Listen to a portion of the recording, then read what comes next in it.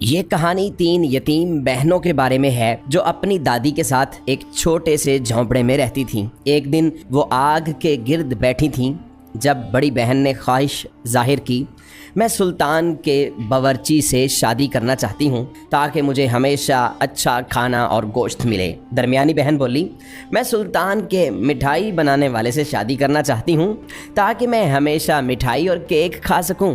جب چھوٹی بہن کی باری آئی تو بہنوں نے اس سے پوچھا، تم تو بتاؤ کس سے شادی کرنا چاہتی ہو؟ اس نے کہا، اگر میں بتاؤں گی تو تم مجھ پر ہنسو گی۔ بہنوں نے وعدہ کیا کہ وہ نہیں ہنسیں گی۔ تب اس نے کہا، میں شہزادے سے شادی کرنا چاہتی ہوں۔ بہنوں نے کہکا لگایا اور کہا، کیا شہزادے کو تمہارے علاوہ کوئی اور نہیں ملا؟ اسی وقت سلطان شکار کے لیے نکلا ہوا تھا اور ان کے جھونپڑے کے قریب سے گزرا۔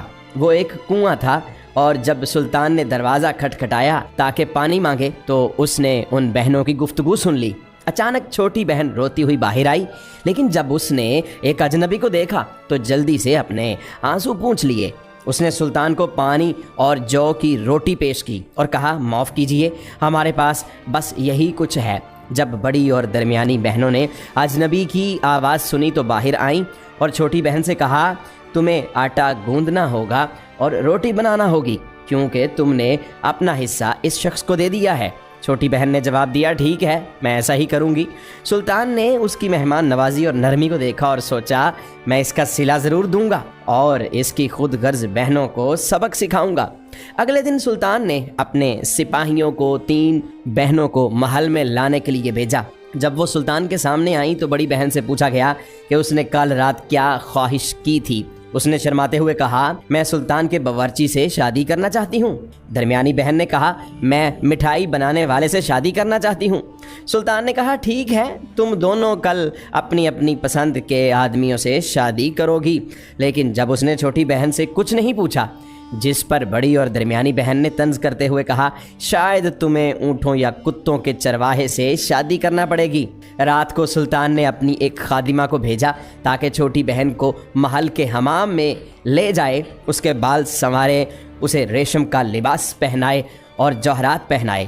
پھر خادمہ نے کہا، یہاں تمہارے لیے ایک الگ کمرہ ہے، صبح باغ میں جاؤ اور شہزادے سے تیسری ملاقات تک کوئی بات نہ کرنا۔ جب چھوٹی بہن باغ میں گئی تو سب لوگ حیران تھے کہ وہ کون ہے، کیونکہ وہ بے حد حسین تھی۔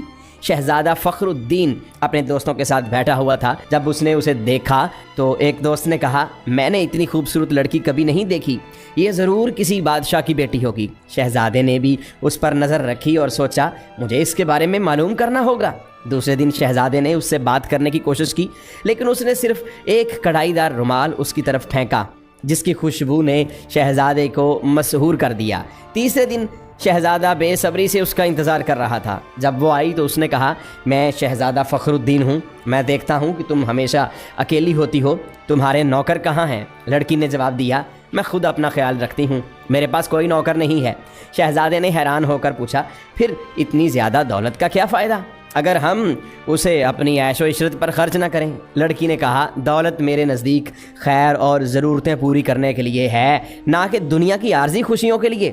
شہزادہ اس کی دانائی سے بہت متاثر ہوا اور اس سے مزید بات کرنے لگا۔ جب وہ جانے لگی تو شہزادہ بے قرار ہو گیا اور پوچھا، اگر میں تم سے شادی کرنا چاہوں تو تمہارے والد سے کہاں ملوں؟ لڑکی نے جواب دیا، سلطان سے بات کرو، وہی میرے مقام کو جانتا ہے۔